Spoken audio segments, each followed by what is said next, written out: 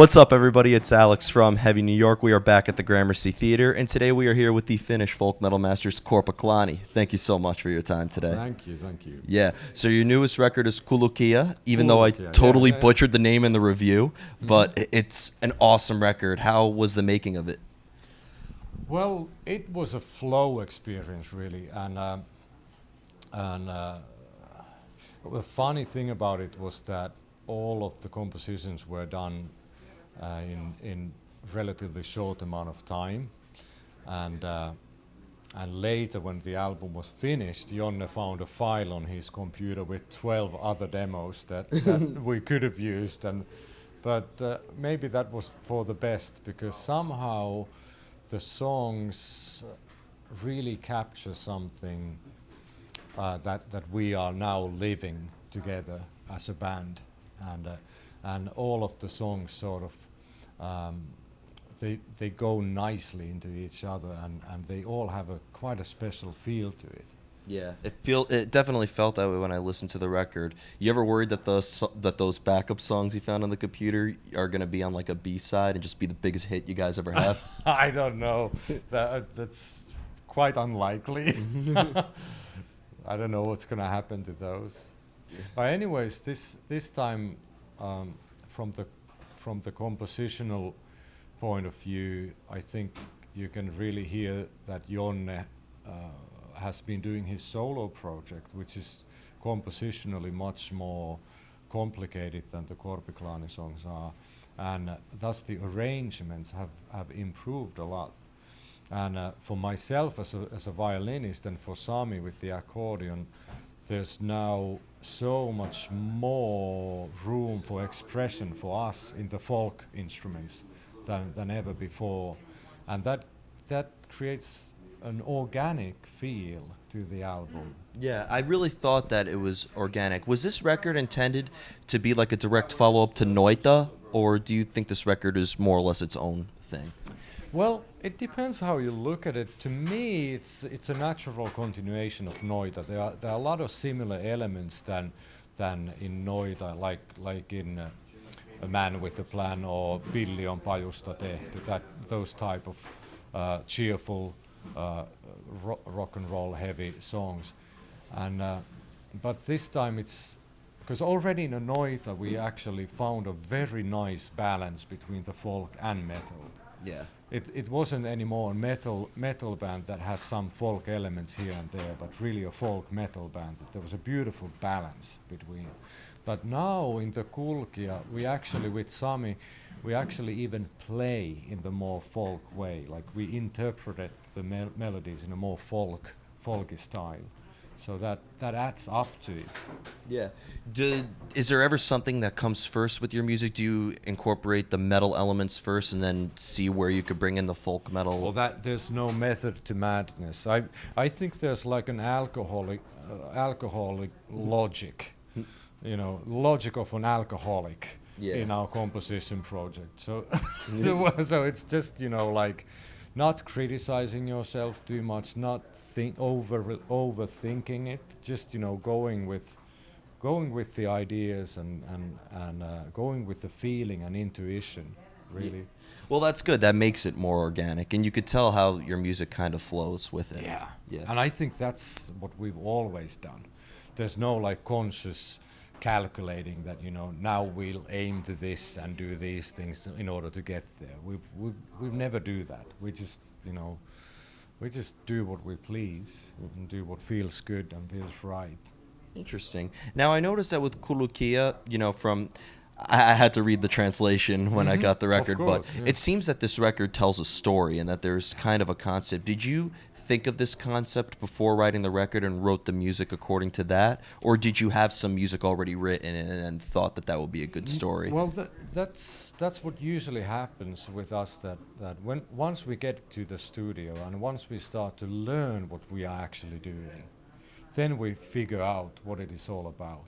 Same happened with the Manala album, that it was only in a studio after everything was laid down that we realized that all of the songs have some relation to Underworld.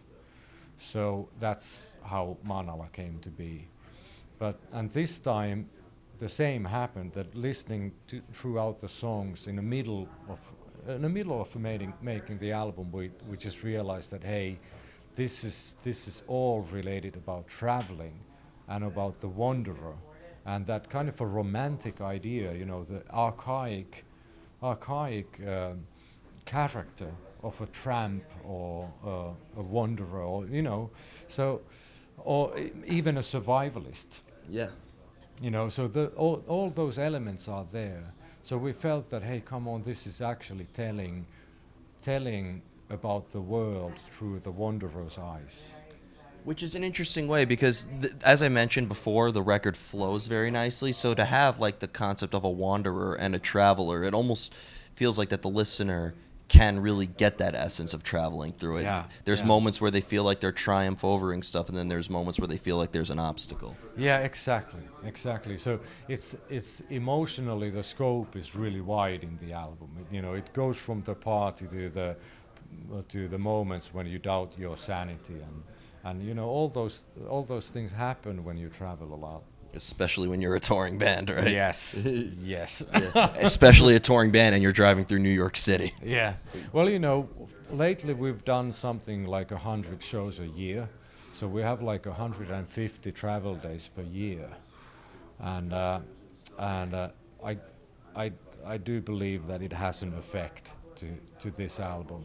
Yeah, I mean, that I think it could maybe be, even if they don't, if every band, I would say, kind of goes through a similar thing. It's kind of interesting that you guys kind of address that with a metaphor. Yeah. Yeah. Now, being that this album is also spoken in your native Finnish language, in case you couldn't tell by my horrible pronunciation of the album at first, I don't speak a word of Finnish. Could your music also be open to interpretation for your listeners as well? Can they maybe come up with their own story behind it? Oh, absolutely, and that's actually, I think it's a beautiful thing that you don't understand the lyrics, because then you have to use your intuition to figure out what it is all about, and it's surprising how well people get it actually. But also I have to say about our lyrics that as a band we can actually be very proud of the level of our lyrics. Yeah. Because we've digged deep into the mythology and into the ancient style of rune singing poetry, and that's a very high level of language. So even for the native Finnish speakers, there is a lot of need for interpretation and figuring out what these poems actually mean. Which is awesome. And, it's funny because I translated a couple of Rammstein lyrics before in English. They're not that good. Yeah, well, I think it's a common thing. Like, as an ethnomusicologist who's deeply studied the archaic layers, the things that people used to sing about are so complex and so meaningful. There's a saying that everybody is worth of a song. Yeah. Well, it didn't used to be like that. It really didn't. People were singing about really valuable and amazing things. Yeah. And everybody could sing, and singing could be a part of daily life. But the things that people sang about were epics and myths and big things about the cosmology. Yeah. And I really miss that today when I hear the pop songs. I'm like, come on! I mean, I've heard this story a million times. Yeah, I know. It's great when music, like how many people know more about World War II because of Sabaton. You know what I mean? Yeah. So Mastodon with their meaningful lyrics and how they're able to do that. Now, one question I was really curious about is a lot of people, and not to pigeonhole you by any means, but have categorized you in the folk metal side. But folk metal in itself, to me, is very diverse. You take a band like Elstorm, they have like a pirate theme with their folk metal. A band like Tyr, they take the a cappella elements from the Faroe Islands. A band like Orphanland taking Jewish music with their... Is there a specific, coming from Finland, are you bringing in like Finnish folk music, or is there a specific background that the folk you incorporate in your music has? Well, I think that one big thing that differentiates us from all the other folk bands is that an essential element of folk music is dancing, having fun. Yeah. And you know, and that is something that we've always had in this band. We've had this fun mood, you know, that we play for joy. Yeah, and I could tell that too. When I saw you with Ensiferum, I've never seen people were square dancing in the mosh pit. Yeah. And you know, that's really a big part. A lot of people in Europe, when in the big festivals, they say that Korpiklaani is the best party inside of the metal scene, because you know we light up the day, we make people happy. Yeah. And in our special weird way, you know. So that's essentially a folk element. That's essential to a lot of folk music. Yeah. Somebody said this, and I think they mean it as a compliment. They called you like the Motley Crue of folk metal. You know? No, I didn't. That's a good one. I mean, because it's all about the partying and the fun. So, yeah. I can see that. Just don't drink as much before you go on stage. I know you wrote a vodka song, but yeah. Well, we've cut down drinking before the shows for good reasons. But you do realize that as soon as you play vodka tonight, and you are playing that tonight, sure. that people are going to be toasting that. Like, you played that song. Absolutely. I mean, and drinking is a big part of all of this. Yeah. And it's funny that drinking and alcohol has actually even a big part in the Finnish mythology. You know? Oh, absolutely. You know, vodka is a common offering for the spirits all over the Eurasian Arctic areas. Yeah. And, it keeps you warm. yeah, that too. Mm. And also beer, like a lot of rituals that were done in the agricultural time in our own culture. They had a village beer that was brewed together and enjoyed together. And so, you know, it has a big value in our tradition. Yeah, which is awesome. And the final question I would like to ask you, and I want to thank you so much for your time, because I've interviewed, before we started rolling, so I interviewed many Finnish metal bands, Law Society, Omnium Gatherum, Wolfheart, and I get I have a different question about the Finnish metal scene every time. Being that, you know, is there kind of like a scene for folk metal specifically? Because I know that Ensiferum is also from Finland. They have some folk in their music. Is there like a folk metal scene in Finland? It's so diverse in Finland. Well, definitely we have a lot of folk metal bands that do well. Yeah. And so that's pretty special. And but the metal scene in Finland is funny because a lot of people think that we have an awesome metal scene, but just because we have a lot of good bands. But actually, it's quite a conservative country. Like, you don't hear metal in a radio that often. And really? And we don't have a lot of clubs for metal even.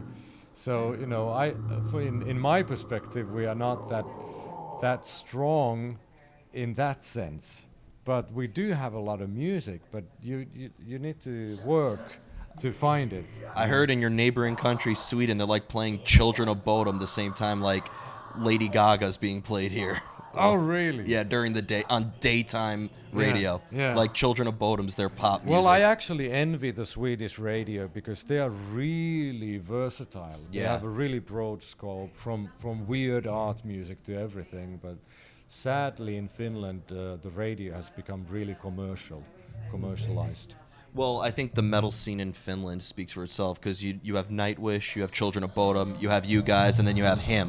So I think all the different bands out of there speak for itself. Yeah, that's true. Yeah. That's true. So before we go, I want to thank you so much for your time.